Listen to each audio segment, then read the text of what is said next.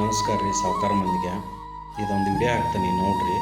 ನಿಜವಾಗ್ಲೂ ನನ್ನ ಲೈಫ್ ಒಳಗೂ ಹಿಂಗಾಗತ್ತಲ್ಲಪ್ಪ ಅಂತ ಅನಿಸ್ಬಿಟ್ಟೈತಿ. ಸೊ ದಯವಿಟ್ಟು ನೋಡ್ರಿ.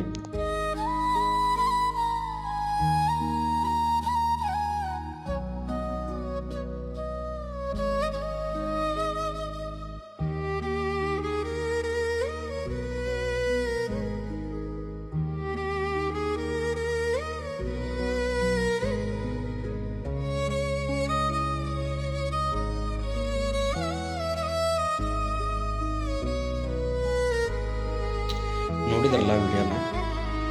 ನಾನು ಬೆಂಗಳೂರಾಗ ಅದೀನಿ.